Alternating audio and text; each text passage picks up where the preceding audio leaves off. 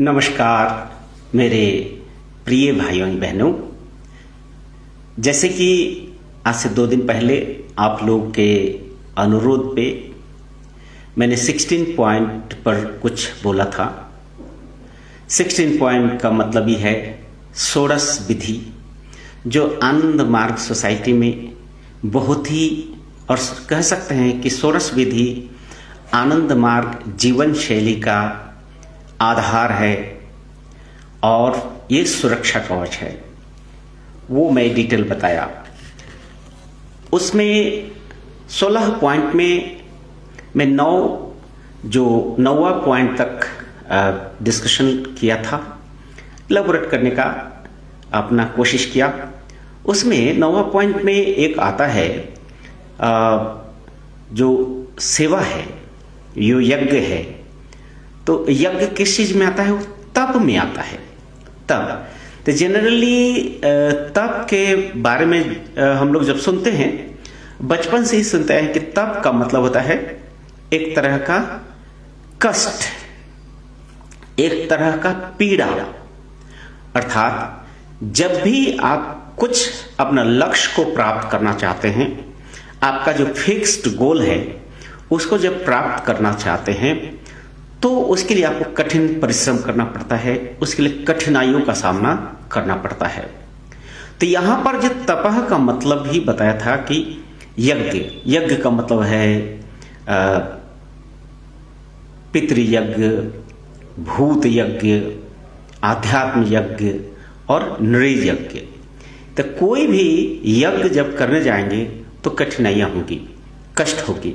अर्थात अपने लक्ष्य हासिल करने के लिए जो शारीरिक मानसिक क्लेश को हम वर्ण करते हैं, वही तप है। किंतु समाज में एक धारणा है तप का मतलब कृच्छ साधन, जैसे पेड़ पे अपने शरीर को नीचे सर करके लटका दिए और घंटों बैठे रहे। इससे शारीरिक पीड़ा होती है और मन जो है इस पीड़ा से ही जूझने में लगा रहता है, तो अपने लक्ष्य वो भूल जाते हैं, लक्ष्य से वो भटक जाते हैं। ठीक होती इस तरह से चारों तरफ से अग्नि कुंड जलाकर बीच में सर्वांगासन करके शीर्षासन में बैठ जाना, और लोग सोचते हैं कि बहुत बड़े तपस्वी है। एक्चुअली फैक्ट ये है वो लोक दिखावा है, उससे आध्यात्मिकता के साथ कोई संबंध नहीं है। इसलिए इस तरह के तप का नहीं। तप स्पष्ट भाषा में श्री आनंद मूर्ति जी बता दिए हैं कि पितृपुरुषों का सेवा करना है। ये जो प्रपंच जगत है इसका भी सेवा करना है, और जो मनुष्य जाति है, सृष्टि के माने जाने वाले सर्वश्रेष्ठ जीव, उनको भी 4 तरह से हम सेवा कर सकते हैं। वो सब भी तप में आता है, वो यज्ञ में आता है। अब आइए 10वां पॉइंट। उस दिन 9वां पॉइंट तक थे, 10वां पॉइंट 10th पॉइंट। तो 10th पॉइंट क्या है षोडश विधि का?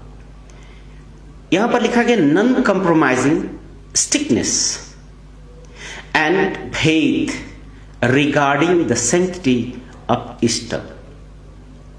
अपने इष्ट के प्रति विश्वास सदा रखना है और साथ साथ किसी तरह की समझौता हमें नहीं करना है। किसी भी परिस्थिति में इष्ट की निंदा, इष्ट के प्रति कोई अपमान, इष्ट की बताए कोई चीज पर हम किसी तरह का हम समझौता नहीं कर सकते हैं। नॉन कॉम्प्रोमाइजिंग ये स्ट्रिक्टनेस और विश्वास इष्ट के प्रति होना चाहिए। अब प्रश्न आता है कि इष्ट है क्या चीज? इष्ट का मतलब ही होता है सबसे प्रिय चीज, अपने प्रिय वस्तु, जिसे सबसे ज्यादा प्यार करते हैं। इंसान दुनिया में सबसे ज्यादा किससे प्यार करते हैं, जरा बताएं तो? वो कहते हैं मैं इनसे प्यार करता हूं, उनसे प्यार करता हूं। एक्चुअली फैक्ट ये है, ये बाहरी दुनिया में जो चीज से लोगों को लगाव या प्यार है, और सचमुच में वो प्यार अपने आप को खुश करने के लिए करते हैं, अपने आप को खुश रखने के लिए करते हैं। अर्थात इंसान सबसे ज्यादा प्यार अपने अहम से करते हैं, अहंग से करते हैं, अर्थात अपना ईगो, मैं हूं, मेरे खुशी के लिए मैं सब कुछ करता हूं, अर्थात मन में यूनिट फीलिंग है, अर्थात यूनिट भाव है, मैं हूं, मैं हूं, मैं हूं, मैं कर रहा हूं। ये जो मैंपन है ये क्षुद्र मैं है, और एक मैं इसी के अंदर है, वो है बड़ा मैं। उस बड़ा मैं को कहा जाता है परमात्मा। छोटा मैं है आत्मा, अब बड़ा मैं है परमात्मा। तो आदमी किससे सबसे ज्यादा प्यार करते हैं? परमात्मा से, परम ब्रह्म से, अर्थात परम ब्रह्म जगत सृष्टा, एकक सत्ता, जो दुनिया के नियंता, सृष्टा, नियंता, सब कुछ जो कर रहे हैं वही हमारे इष्ट हैं, हमारे प्रिय हैं। और उस प्रियतम को खुश करने के लिए हम सब कुछ कर सकते हैं। ये स्ट्रिक्टनेस, ये विश्वास रखना है इष्ट के प्रति, नॉन कॉम्प्रोमाइजिंग स्ट्रिक्टनेस, ये आपको रहना होगा। ये स्ट्रिक्टनेस रहने से क्या होगा? आपको कहा जाता है जहां इष्ट है वही धर्म है, जहां धर्म है वही विजय है। यथा इष्ट तथा धर्म, यथा धर्म तथा इष्ट, अर्थात इष्ट जब है जीवन के, परमात्मा ही जीवन के परम आश्रय है, परम ब्रह्म जीवन के परम आश्रय है। इसलिए उन्हीं पर संपूर्ण आत्मसमर्पण के विश्वास रख के किसी तरह का आपसहीन, किसी तरह का जो समझौता नहीं करके हम आगे बढ़ेंगे। इसलिए इस तरह की जो मानसिकता है, फर्म डिटर्मिनेशन, इष्ट के प्रति जो प्रेम है, वही हमारा non compromising strictness regarding the sanctity, इष्ट के पवित्रता को रक्षा करने के लिए सदा सर्वदा हम तैयार रहेंगे, हर चीज कुर्बान करने के लिए तैयार रहेंगे, त्याग करने के लिए तैयार रहेंगे। वही है 10वां पॉइंट। इससे क्या होगी? आपके आत्मशक्ति बढ़ेगी, आत्मबल बढ़ेगी, और अपने लक्ष्य पे आप जरूर लक्ष्य को प्राप्त करेंगे। दूसरी बात है non compromising strictness regarding the sanctity of आदर्श। अब आदर्श क्या चीज है जी? इष्ट तो हमारा लक्ष्य हो गए, तो आदर्श क्या चीज हो गया? तो आदर्श का मतलब है अदृश अच प्रत्यय करके आदर्श शब्द हुआ है। एक ग्रामर है, हर शब्द को जानना हमारे लिए जरूरी है। अदृश्य अच, अर्थात जो हमें आईना की तरह सब कुछ दिखा देता हो। आईना आपके सामने है, आईना के सामने आप खड़े हो जाएं तो आपका पूरा व्यक्तित्व तो आपको दिखता है, कहां पर खोट है, कहां अच्छाई है, कहां बुराई है, वो दिखता है। तो आदर्श एक ऐसा पथ निर्देशना है, जीवन चलने की एक डायरेक्शन है, दिशा निर्देश है, जो पूर्णता की ओर ले जाता हो। और ये आदर्श कौन है?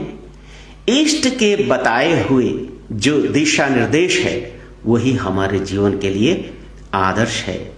उनके बताए हुए जो भी चीज है, कैसे चलना है, कैसे बैठना है, कैसे सोना है, कैसे दुनिया के साथ व्यवहार करना है, जीव लता गुल्म पशु पक्षी के साथ हमें कैसे व्यवहार करना है, नारी जाति को हम किस रूप में देखेंगे, सबको, छोटे बच्चों के साथ हमारा व्यवहार कैसा रहेगा, पशु पक्षियों के साथ हमारा कैसा व्यवहार रहेगा, और ये संपूर्ण व्यवहार करके हम अपने जीवन के लक्ष्य जो लाइफ डिवाइन है उस तरफ हम कैसे बढ़ेंगे। ये जो बढ़ने की जो कोशिश, जो प्रयास, और मानकर चलना, क्या मान के? इष्ट के बताए हुए जो दिशा निर्देश है वही हमारे लिए आदर्श है। क्योंकि इष्ट ही बता देते हैं, इष्ट हमसे अच्छा जानते हैं, परमात्मा हमसे अच्छा जानते हैं हमें क्या चाहिए, हमें क्या नहीं चाहिए, क्या होने से हमें अच्छा होगा, क्या होने से हमारे जीवन में बुराइयां आ सकती है, क्षति हो सकती है, क्या करने से हमारे जीवन में प्रगति हो सकती है, क्या करने से हमारे जीवन में अधोगति होगी। ये सारे चीज, दिशा निर्देश, ये जो है डूज एंड डोंट्स, सही पथ निर्देशना, वही है आदर्श। अर्थात इष्ट को देखकर इष्ट जैसा बनने की इच्छा हो जाती है, और आदर्श कोई पथ पे चल के हम इष्ट जैसा बन सकते हैं। इसलिए आदर्श के प्रति भी उतना ही विश्वास, उतना ही स्ट्रिक्टनेस, उतना ही आत्मविश्वास और किसी तरह का कोई भी परिस्थिति में इसकी सैंक्टिटी को बनाए रखना है और किसी के साथ कोई समझौता नहीं करना है। भले ही वो आपके अपने क्यों ना हो, भले ही पद या पोस्ट में आपसे बड़े हो, ओहदे में बड़े हो, उम्र में आपसे बड़े हो, अगर वो आदर्श विरोधी कार्य करते हैं, इष्ट के मर्यादा को अगर वो हनन करते हैं किसी भी क्षेत्र से, लोग बस काम बस किसी तरह से, उनके साथ हम समझौता नहीं करेंगे, उनके विरुद्ध में हम संग्राम करेंगे। अर्थात उसका विरोध करना हर साधकों का कर्तव्य है, क्योंकि बाबा श्री श्री आनंद मूर्ति जी कहते हैं कि ईश्वर ने तुम्हें 2 हाथ दिए हैं काम करने के लिए, 2 पैर दिए हैं तुम्हें चलने के लिए, और तुम में अनंत मन में अनंत शक्ति प्रदान किए हैं, जो शक्ति का यूज तुम अन्याय के विरुद्ध में, अशुभ के विरुद्ध में संग्राम करके चलोगे। तुम्हें डरने की कोई बात नहीं है, क्योंकि जिसे तुम डरते हो वो डर भी तुम्हारे इष्ट से डरते हैं, तुम्हारे पिता परम ब्रह्म से डरते हैं, इसीलिए डरने की तुम्हें कोई बात नहीं है। हाँ, अगर तुम डरते हो या तुम्हारे मन में किसी तरह के डर है, इसका मतलब यह है कि तुम आदर्श विरोधी कुछ काम कर रहे हो, जिसके कारण तुम्हारे मन तुम्हारा डर तुम्हें सता रहा है। लेकिन अगर आदर्श के पथ पे चलो, इष्टमुखी होके चलोगे, तो डरने की तो कोई बात नहीं है, क्योंकि इष्ट ही तो तुम्हें सुरक्षा देंगे, आदर्श ही तो तुम्हें सुरक्षा देंगे, इसलिए डरने की तो कोई बात नहीं है। इसलिए 2 चीजें जीवन में ये महत्वपूर्ण है कि अपने लक्ष्य को फिक्स करो, तुम्हारे इष्ट से प्रेम रखो, पूर्ण समर्पण करो और उनके बताए हुए दिशा निर्देशों पर चलो, तो फिर देखोगे कोई अशुभ शक्ति, कोई भी आसुरी शक्ति या दानवीय शक्ति तुम्हें कुछ बिगाड़ नहीं सकता है। कोशिश तो बहुत करेंगे लोग, तुम्हें ह्यूमिलिएट करने का कोशिश करेंगे, तुम्हें डिमोरलाइज करने की कोशिश करेंगे। अब जरा याद करो आप लोग, 12 फरवरी आने वाला है, 12 फरवरी अर्थात ड्यूरिंग इमरजेंसी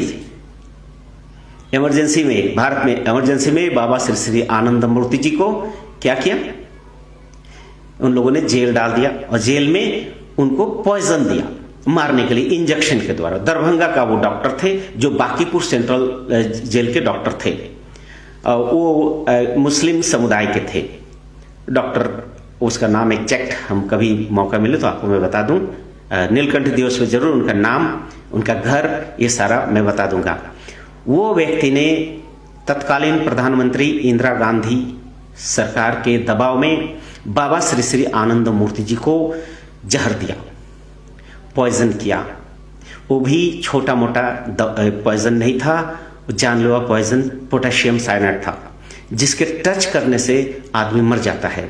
वो पोटेशियम साइनाइड श्री श्री आनंद मूर्ति जी को पॉइजन के रूप में दिया गया, इंजेक्ट किया गया। इंजेक्ट करने के बाद आनंद मूर्ति जी के शरीर में, उनको तो खत्म हो जाना चाहिए, किंतु उन्होंने उस जहर को अपने आध्यात्मिक शक्ति, अपने मनोबल, अपने जो भी ओकल पावर से उसको न्यूट्रल किया। लेकिन नेचुरल एक फेनोमेनन है कि कोई भी चीज अगर आप जहर जाएगा उसका कुछ ना कुछ इफेक्ट रहेगा, किंतु मृत्यु से बच गए, किंतु उनके शरीर में विकट विभिन्न प्रकार के, हाँ वो डॉक्टर का नाम है रहमतुल्ला, डॉक्टर रहमतुल्ला।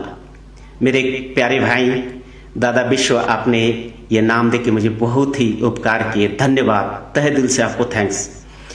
तो डॉक्टर रहमतुल्ला ने पॉइजन दिया।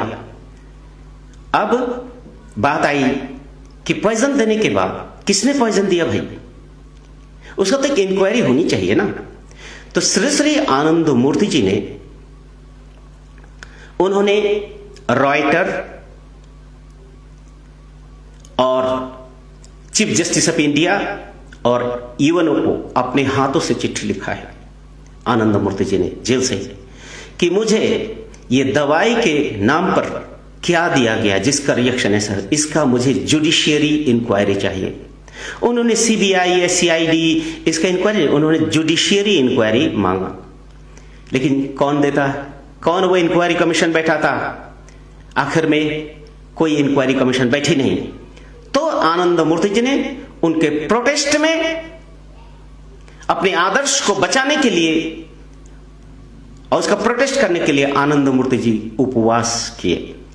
आप लोग जानते हैं, सब सारी दुनिया जानती है कि आनंद मूर्ति जी ने 5 साल 6 महीना 3 दिन बांकीपुर सेंट्रल जेल में उपवास किए इसके प्रोटेस्ट में कि हमारी इंक्वायरी हो।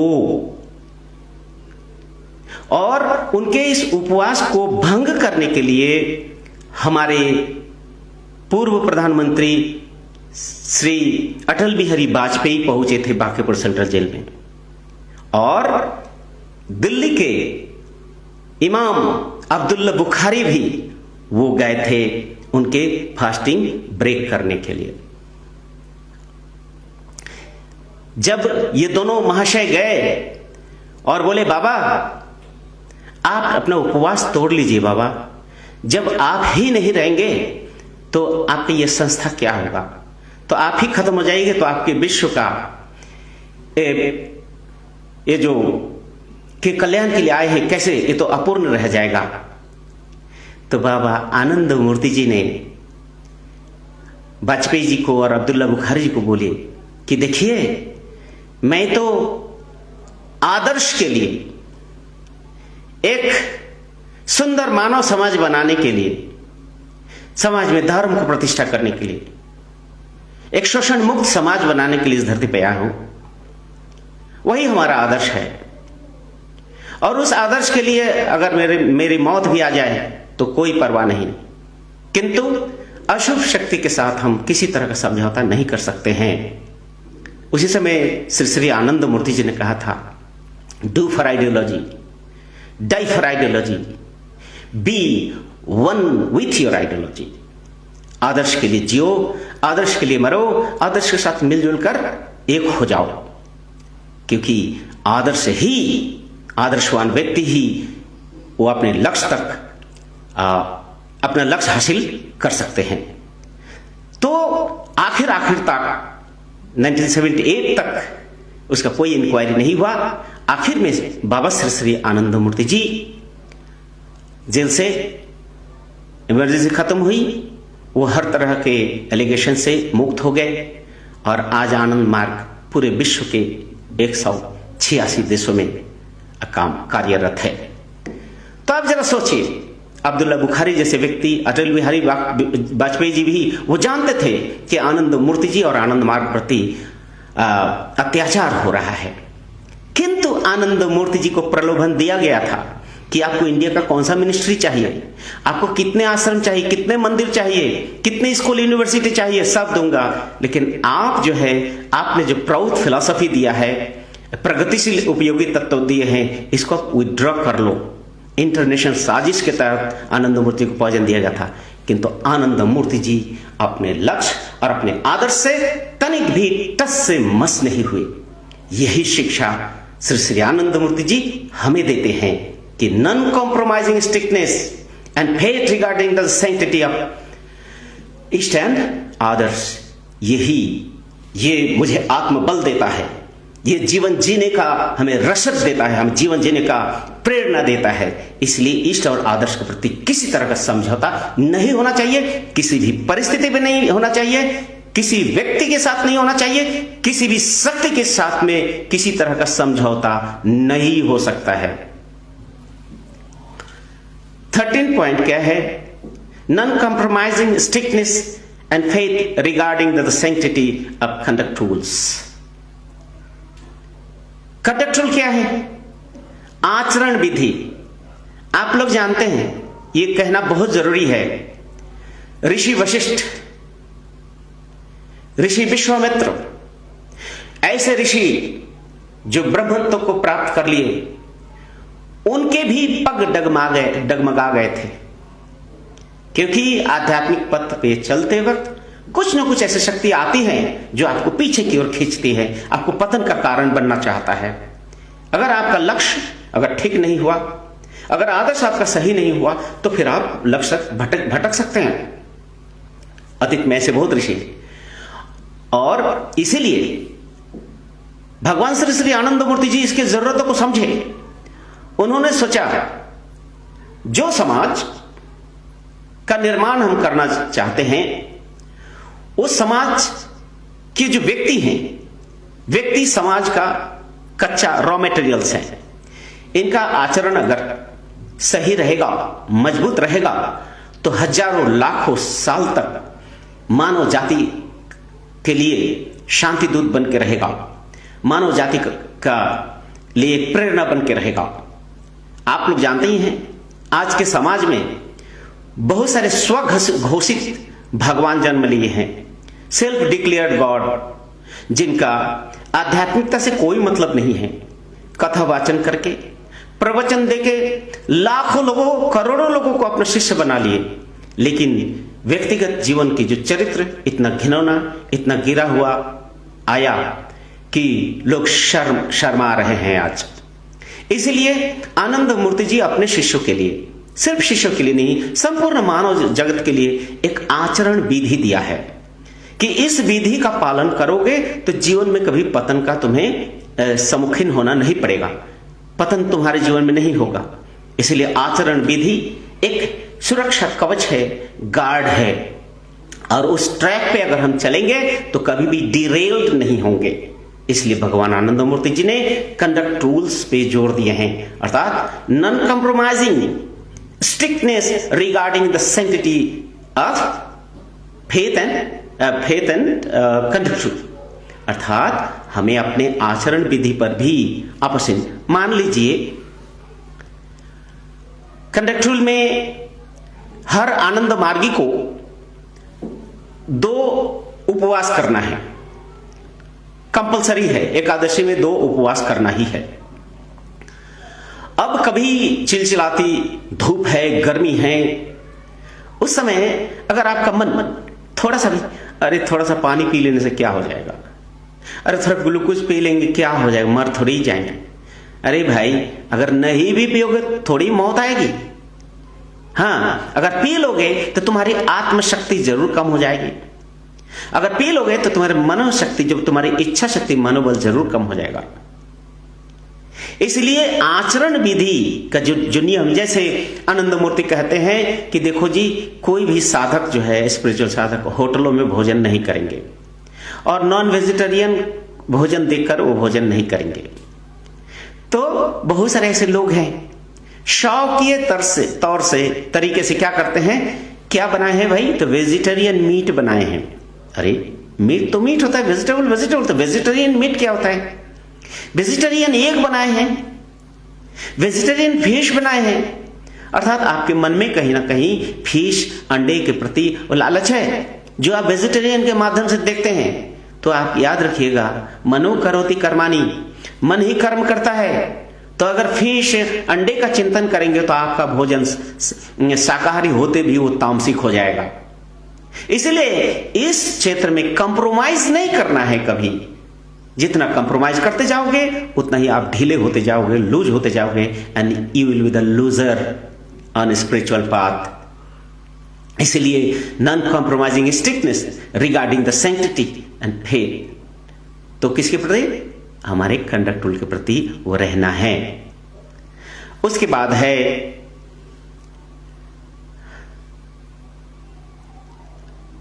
सॉरी 12 नंबर में भूल गया था, 12 नंबर था non compromising strictness and faith regarding the sanctity of supreme command.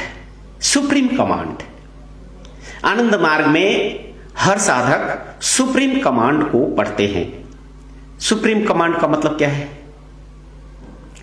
सब जानते हैं कि जो दोनों समय नियमित रूप में साधना करेंगे, क्या है, दोनों व्यक्ति 2 टाइम नियमित रूप में, नियमित रेगुलर, एक प्रॉपर टाइम पे 2 टाइम साधना आपको करना है। और जो भी व्यक्ति नियमित रूप में साधना करेंगे तो मृत्यु काल में परमात्मा की भावना उनके मन में अवश्य ही आएंगी। सुबह शाम जब आप अभ्यास करेंगे तो वो चीज आपके मन में रहेगा।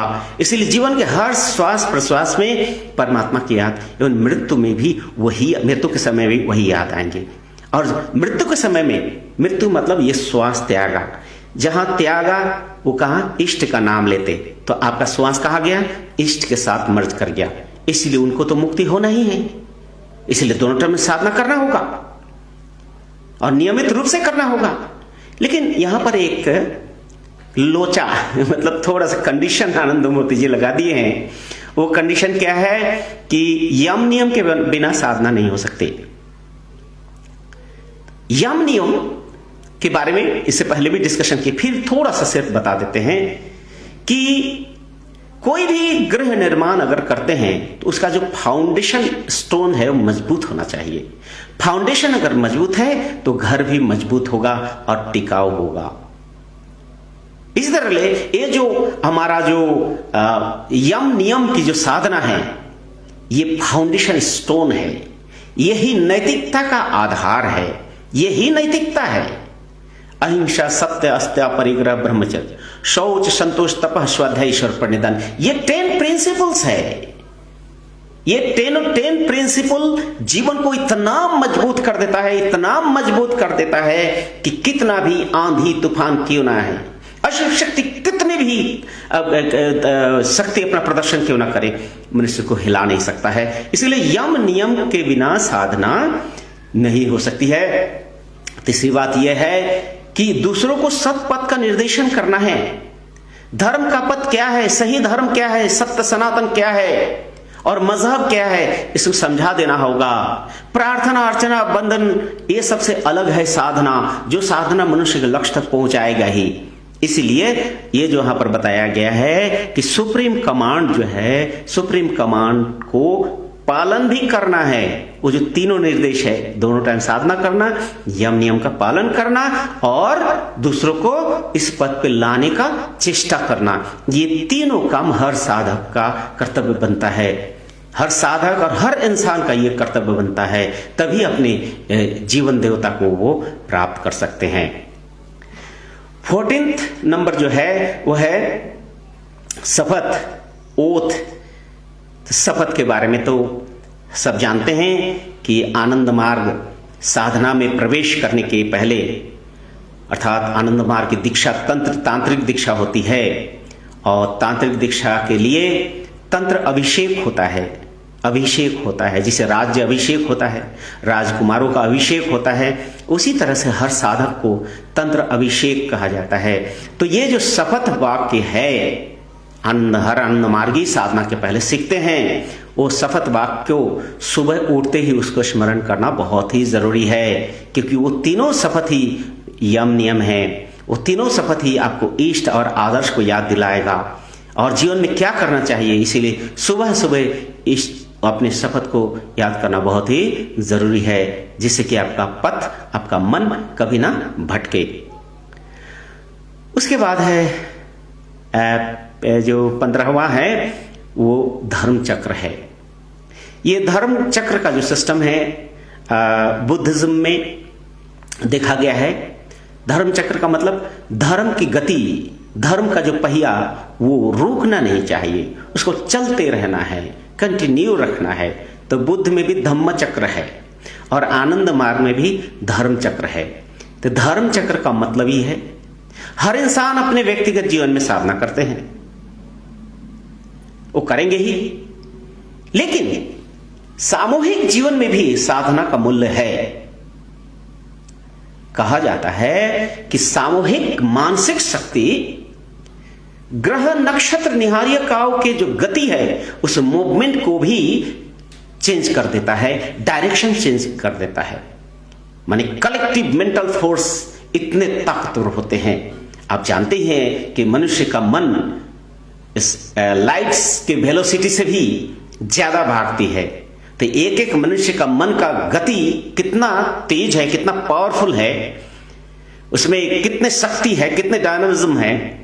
और उस डायनामिज्म को अगर कलेक्टिवली एक साथ समवेत एक साथ संगच्छ धम की भावना लेके जब आगे बढ़ेंगे तो जो लक्ष्य है वो तो प्राप्त होगा ही।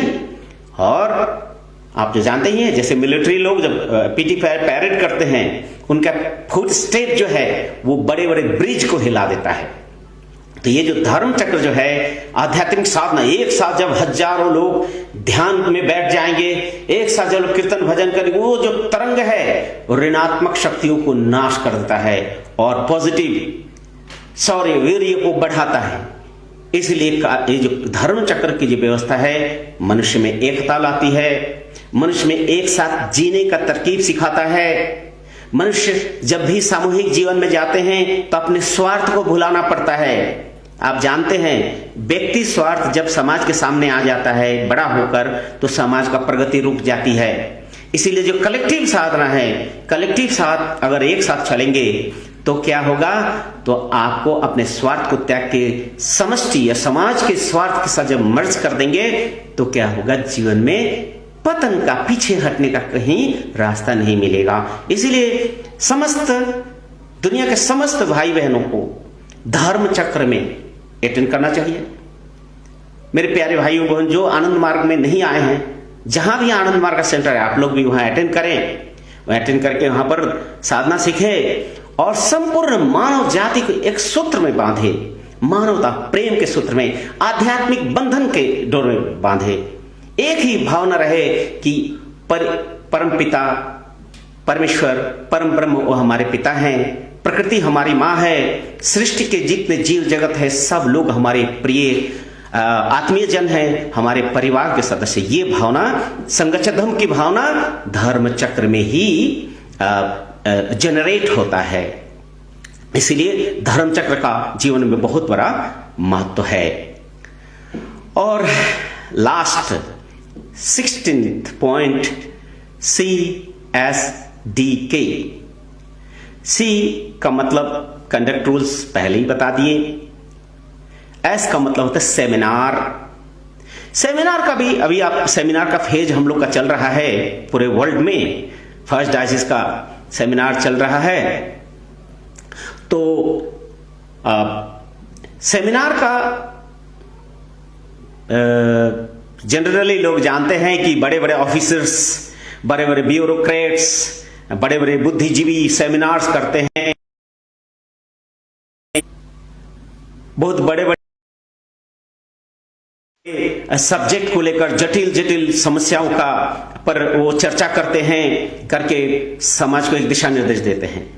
ठीक उसी प्रकार आनंद मार्ग में जगतगुरु श्री आनंद मूर्ति जी भी ये सिर्फ पढ़े लिखे लोगों के लिए नहीं है, संपूर्ण विश्व जगत के लिए, मानवता के कल्याण के लिए, बौद्धिक क्षमता को बढ़ाने के लिए, बौद्धिक शक्ति को बढ़ाने के लिए आनंद मूर्ति जी ने क्या किया, सेमिनार दिया।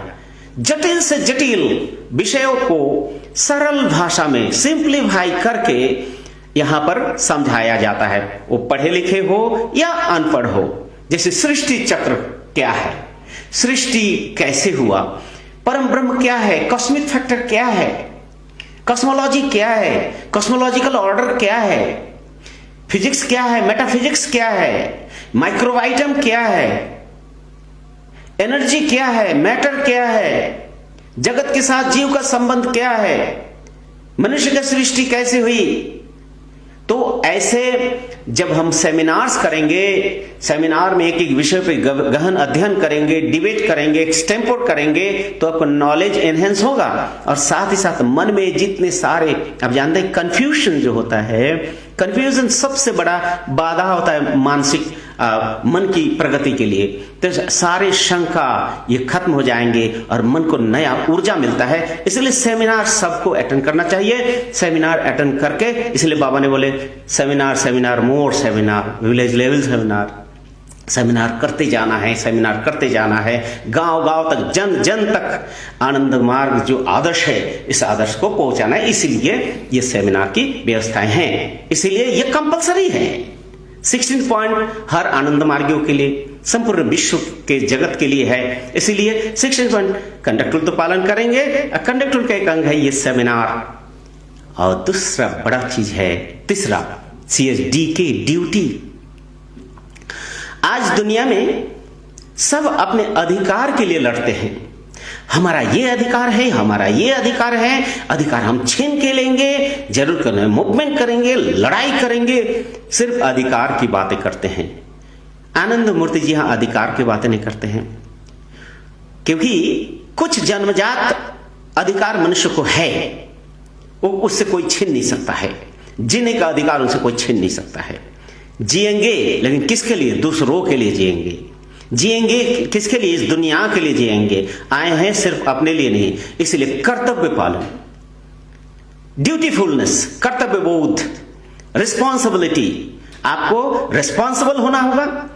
अब कर्तव्य बोध आप में होना चाहिए कि आप जो कर्तव्य कर रहे हैं सही कर रहे हैं। आपका जो ड्यूटी दिया गया है समाज के लिए, आनंद मूर्ति कहते हैं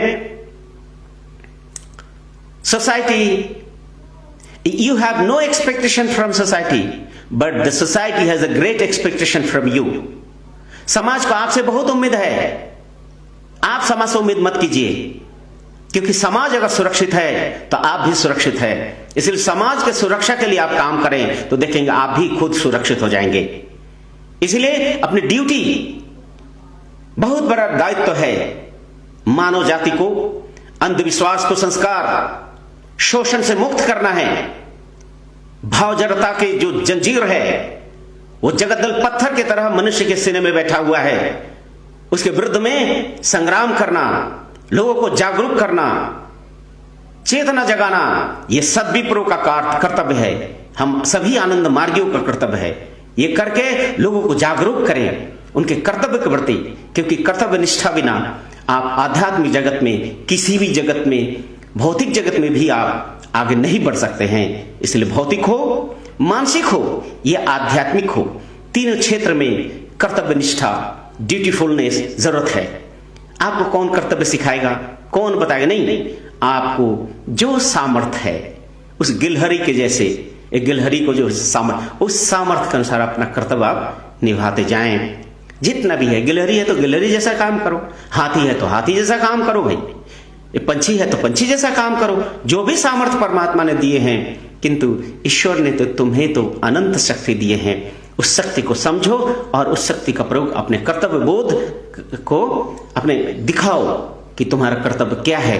तुम एक कर्तव्यनिष्ठ कार्यकर्ता हो, एक मनुष्य हो, तुम इस समाज के कार्यकर्ता हो, तभी हम आगे बढ़ सकते हैं। और अंत में क्या है? कंडक्ट टूल फॉलो करेंगे, सेमिनार करेंगे, ड्यूटी, और लास्ट में कीर्तन।